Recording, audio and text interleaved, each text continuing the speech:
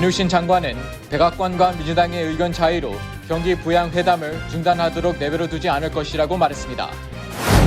최근 미국 내 신규 확진자가 6만 명에 육박하고 있습니다.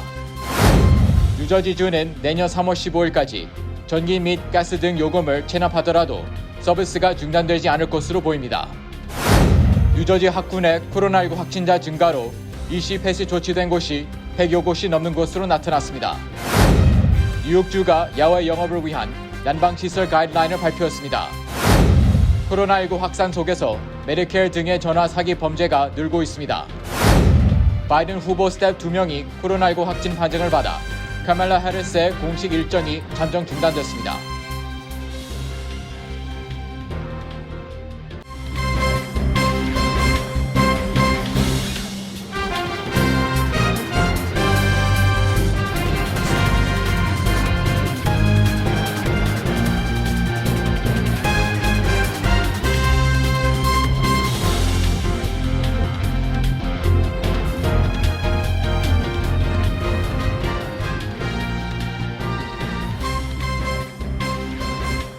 시청자 여러분 안녕하십니까?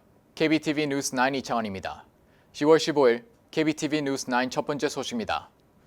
오늘 스티븐 민우신 재무장관은 백악관과 민주당의 의견 차이로 경기 부양 회담을 중단하도록 내버려 두지 않을 것이라고 말했습니다. 이후 도널드 트럼프 대통령이 제시한 1조 8천억 달러 규모의 경기 부양책 액수도 늘리겠다고 밝혔습니다. 하원에서 2조 2천억 달러 규모의 구제안을 통과시킨 펠로시 의장은 최근 백악관의 1조 8천억 달러 제안이 불충분하다고 비판해 왔습니다. 하지만 최근 트럼프 대통령은 폭스와 인터뷰에서 경기 부양책의 액수를 늘리겠다고 밝혔습니다. 하지만 낸시 펠로시 하원 의장은 단순한 금전적 문제가 아닌 코로나19 검사에 대한 내용이 중요함을 강조해 왔습니다. 민우신 장관은 CNBC 스쿼트 박스와 인터뷰에서 우리가 주목해온 것은 검사에 대한 내용이라고 덧붙였으며 오늘 펠로시 의장과 통화할 때 우리는 검사에 대한 이유로 경기 부양책을 방해하지 않을 것이라고 말했습니다. 또한 우리는 하원에서 제기한 검사 계획을 근본적으로 동의할 것이라고 밝혔습니다. 경기 부양책에 대해 백악관과 민주당의 협상이 급물살을 타게 될지 귀추가 주목되고 있습니다. 코로나19 재확산으로 하루 신규 확진자가 6만 명에 바짝 다가섰으며 다음 달 대선에 따른 정치적 불안감이 함께 더해지면서 생필품 사재기가 우려되고 있습니다. 자세한 내용 최명진 기자가 전해드립니다. 14일 미 존스 홉킨스 대학 통계에 따르면 하루 코로나19 신규 확진자가 59,494명으로 집계됐다고 밝혔습니다. 이는 지난 8월 14일 64,601명의 신규 환자가 나온 이후 가장 높은 수치인 것으로 나타났습니다. 약 한 달 전인 9월 7일 24,056명으로 7월 이후 가장 낮은 수준을 보였던 미국의 하루 신규 코로나19 환자는 이후 상승 곡선을 그리고 있습니다. 최근 일주일간의 하루 평균 신규 환자도 15일 기준으로 52,345명으로 그 전주보다 16% 증가했다고 전했습니다. 또 이달 11일 이후 일리노이, 유타, 웨스트 버지니아, 오리건 등의 21개 주에서 7일간의 하루 평균 신규 환자가 코로나19 사태 이후 최고치를 기록했습니다. 미국의 초기 집중 발병 지역이던 뉴욕, 뉴저지주나 2차 집중 발병 지역인 캘리포니아, 플로리다, 텍사스, 애리조나주가 빠지는 대신 다른 주들이 재확산을 이끄는 추세입니다. 15일 앤서니 파우치 미 국립알레르기 전염병 연구소 소장은 ABC 방송에 출연해 이런 확산을 매우 우려스럽다고 말했습니다. 이와 관련해 12일 US 투데이는 코로나19 확산 초기인 지난 3월과 4월 생필품 사재기가 다시 재현될 수 있다는 우려가 제기되고 있다고 전했습니다. 이에 대해 벌몬트주 벌링턴시에서 거주하고 있는 레슬린 홀의 사례를 들면서 코로나19 재확산에 대한 우려와 11월 대통령 선거 결과에 따른 정치적 불안감으로 생필품 구매에 나설 움직임을 보이고 있다고 보도했습니다. 한편 미 노동부는 15일 지난주 4일에서 10일까지의 주간 실업수당 신규 신청자가 89만 8천 명을 기록해 직전주보다 5만 3천 명 늘어났다고 밝혔습니다. 직전주에는 그 전주에 비해 4천 명이 감소했는데 급증하면서 반전한 것입니다. 코로나19로 폭증했던 주간 신청자는 5월 말부터 200만 명대 아래로 내려왔고 8월 첫 주에 처음으로 100만 명 아래인 97만 명이 기록되었습니다. 그러다 그 다음 주에만 13만 명이 늘어난 것으로 나타났습니다. 이번 5만여 명은 이에 버금가는 최대 증가입니다. 미국은 7월 말 하루 평균 7만 명이 신규 감염돼 2차 정점을 맞았는데 3차 정점을 향해 다시 재확산 기운이 활성화된 것이 아니냐는 우려가 나오고 있습니다. 이런 상황이라 정리해고가 다시 늘고 일자리 복귀가 둔화된 것으로 보입니다. KBTV 뉴스 최명진입니다. 뉴저지주는 내년 3월 15일까지 전력 및 가스 수도 요금을 체납하더라도 서비스가 중단되지 않을 것으로 보입니다. 김은지 기자의 보도입니다. 필 머피 뉴저지 주지사는 전기 및 가스, 수도 요금 체납 유예 기간을 내년 3월 15일까지, 인터넷과 전화 요금은 11월 15일까지로 연장한다고 밝히고 그 전에 강제로 서비스를 중단시키는 일은 없을 것이라고 강조했습니다. 다만 가정에 원격 수업을 하는 학생이 있는 경우에는 3월 15일까지 인터넷 차단이 금지됩니다. 이번 조치는 주거용에만 포함됩니다. 또한 필 머피 주지사는 전기 등 공익회사들에게 요금 지불 기간을 최소 1년을 줘야 한다고 요구했습니다. 이와 관련해 뉴저지의 PSENG는 요금 지불이 어려운 200만 명 이상의 거주자들에게 24개월 동안 무이자 지급이 가능한 이퀄 페이먼트 플랜을 제공하고 있습니다. 또 머피 주지사는 공익 지원 프로그램에 1,500만 달러를 투입해 경제적 어려움을 겪는 시민들을 지원할 계획이라고 밝혔습니다. KBTV 뉴스 김은지입니다. 뉴저지 학군에서 코로나19 감염자가 증가돼 일시적으로 폐쇄 조치된 곳이 100여 곳이 넘는 것으로 나타났습니다. 이 중에는 테너플라이 등 한해 밀집 학군도 다수 포함됐습니다. 최명진 기자의 보도입니다. 전국교사연합이 조사한 내용에 따르면 14일 현재 뉴저지에서 학생 또는 교직원이 코로나19에 감염돼 학교가 잠정적으로 폐쇄되고 온라인 수업으로 전환한 학교가 100곳이 넘는 것으로 밝혀졌습니다.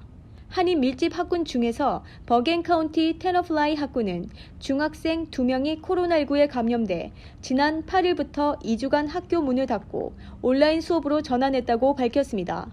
또 지난 2일 메마레스트 학군에서도 코로나19 감염자가 확인돼 오는 19일까지 학교 문을 닫고 100% 온라인 수업으로 전환했습니다. 아울러 올 가을 학기를 100% 온라인 수업으로 시작한 팰리세이드 팍 학군은 오는 19일부터 하이브리드 방식으로 시행될 예정입니다. 저희 팰리세이드 팍은 지난 13일 원래 열기로 했다가 19일로 연기했고요. 저희는 지금 현재 약 4분의 1 정도의 학생만이 출석을 할 것 같습니다. 그리고 일주일에 2번 오는데 한 반에 6에서 7명의 학생들만 출석할 것으로 생각하고요. 한편 뉴욕시 공립교 학생의 경우 재학생 절반 이상이 100% 온라인 수업으로 받고 있는 것으로 나타났습니다. 지난주 앤드루 쿠오모 뉴욕 주지사는 코로나19 집단 감염이 발생한 퀸즈와 브루클린 일부 지역의 공립학교 124곳을 모두 폐쇄시키고 재학생에게 100% 온라인 원격 수업을 받도록 지시한 바 있습니다. 교육청에 따르면 현재 대면 수업과 온라인 수업을 함께 받고 있는 학생들은 언제든지 100% 온라인 수업으로 변경할 수 있기 때문에 100% 온라인 수업을 하는 학생 비율이 앞으로 더 늘어날 것으로 전망된다고 밝혔습니다. KBTV 뉴스 최명진입니다. 빌 드 블라시오 뉴욕시장은 14일 식당 등 오픈 레스토랑 프로그램 참여자들이 지켜야 할 난방기 사용에 대한 가이드라인을 발표했습니다. 뉴욕시는 날씨가 추워짐에 따라 오픈 레스토랑 프로그램에 참여하는 사업주들을 보호하기 위해 야외 영업 시 따라야 할 난방기 가이드라인을 발표했습니다. 우선 간단하게 사용할 수 있는 전기 난방기는 보도 및 도로 좌석에 설치할 수 있고 천연가스 난방기는 화재 예방 규정을 준수해야 하며 보도에서만 사용이 가능합니다. 프로판가스 난방기의 경우에도 보도에서만 허용되고 소방서에 사용 퍼밋을 받아야 합니다. 한편 프로판가스 난방기 사용 시에는 몇 가지 주의사항이 있습니다. 대부분의 프로판가스 난방기는 20파운드짜리 컨테이너에 의해 연료가 공급되며 이 난방기는 외부 통로가 없는 옥상, 테라스, 발코니, 지상에서는 사용할 수 없습니다. 예를 들어 식당 뒷마당에 외부 출입구가 따로 없는 경우 20파운드 컨테이너는 사용할 수 없습니다. 그러나 1파운드짜리 프로판가스 난방기는 사용이 가능합니다. 한편 프로판가스를 현장에 보관하려면 FDNY로부터 별도의 허가를 받아야 합니다. 지난 9월에 뉴욕시의 오픈 레스토랑 프로그램은 1년 동안 운영이 가능하도록 허가되었습니다. 뉴욕시는 지난 6월부터 약 1만 개 이상의 음식점이 이 프로그램에 참여했다고 밝힌 바 있습니다. 최근 전화를 통한 메디케어, 메디케이 사기가 기승을 부리고 있습니다. 사기를 피하기 위해 어떤 방법이 있는지 알아봤습니다. 코로나 팬데믹 기간 동안 시니어들을 대상으로 메디케어, 메디케이 이름 도용 사기가 극승을 부리고 있어 한인들의 주의가 요망됩니다. KCS 공공보건국 그레이스 게임 부 디렉터에 따르면 사기범은 보험회사를 사칭해 무작위로 전화를 건 후 피해자에게 메디케어 번호를 물어보고 있다고 말했습니다. 또 저소득층을 위한 메디케이드 신청자에게 돈을 받는 한인 브로커들이 많이 있다고 전했고 이들은 불법으로 영주권자 및 서로 미비자에게 수수료를 따로 받고 있다고 김 부디렉터는 설명했습니다.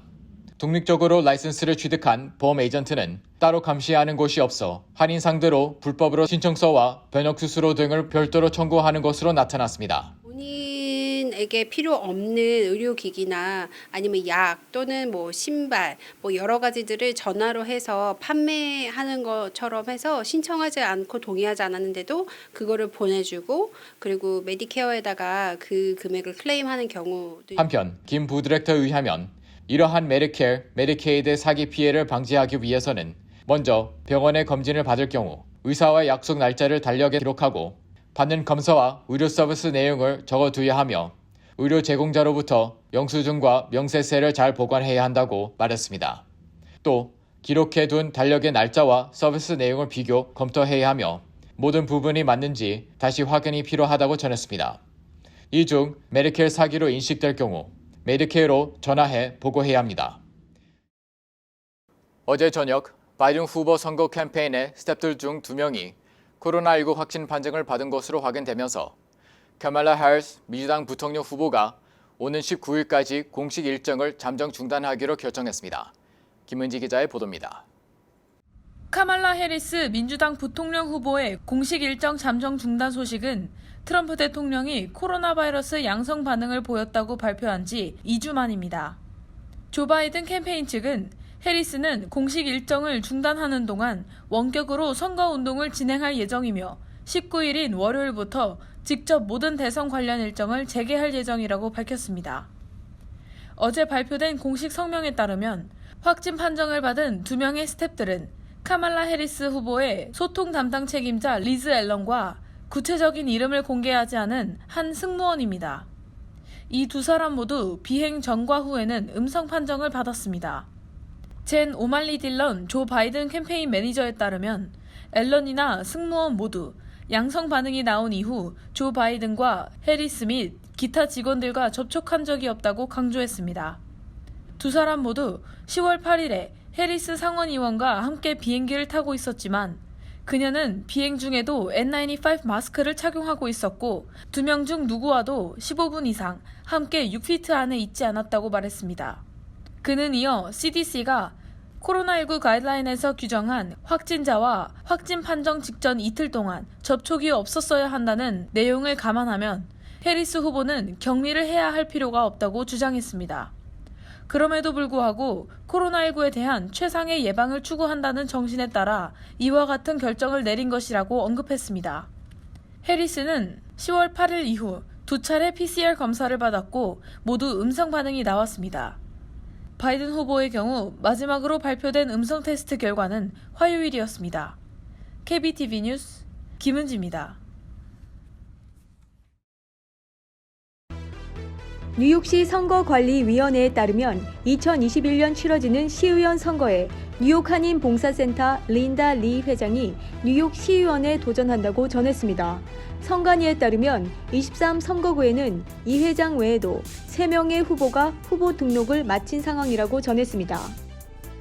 피터구 뉴욕 시의원과 뉴욕 프레스비테리안 병원은 오는 28일 퀸즈 식물원에서 무료 독감 예방 접종 행사를 실시합니다.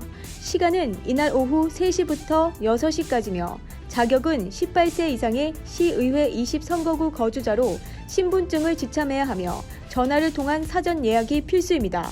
예약 문의는 718-888 8747로 전화하면 됩니다. 뉴욕 한인회와 카보트가 공동으로 주최하는 대통령 선거 투표 참여 홍보를 위한 트로트 콘서트를 개최합니다. 16일 오후 8시 줌과 유튜브로 진행되는 이번 콘서트는 내일재단 특별 후원으로 진행됩니다. 콘서트 참가 방법은 뉴욕 한인회로 문의하시면 됩니다. 2020 인구조사가 오늘 마감됐습니다. 온라인 웹사이트를 통한 응답은 16일 오전 6시까지이며 전화 응답은 15일 오전 8시부터 오후 10시까지 가능합니다. 인구조사 설문지를 우편으로 보낼 때는 15일까지 우편 소인이 찍혀야 합니다. 한편 10년에 한 번 치러지는 센서스 인구조사는 주별 연방 하원 의석수 외에도 1조 5천억 달러에 달하는 연방기금 배분의 기준이 됩니다.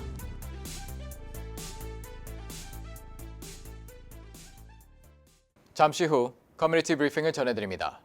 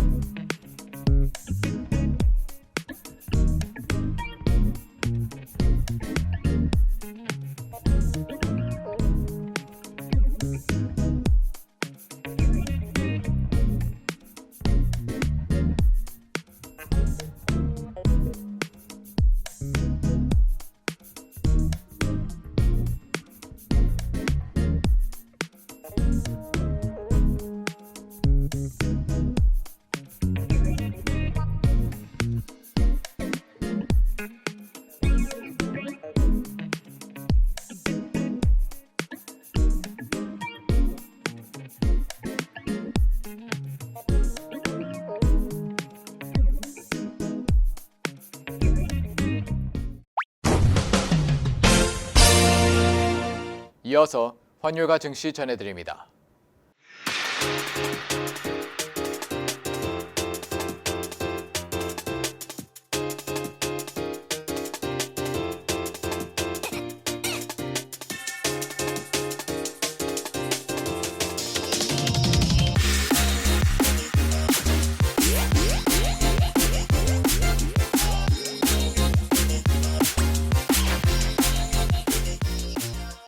잠시 후 뉴욕과 뉴저지 날씨 전해드립니다.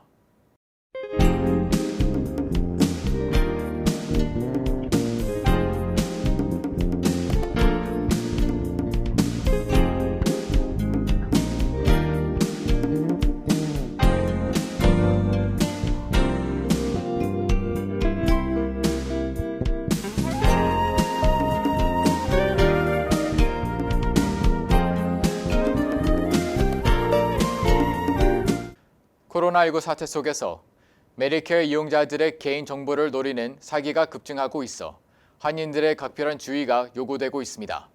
오늘도 KBTV 뉴스9을 시청해주신 여러분 고맙습니다. 편안한 밤 보내시기 바랍니다.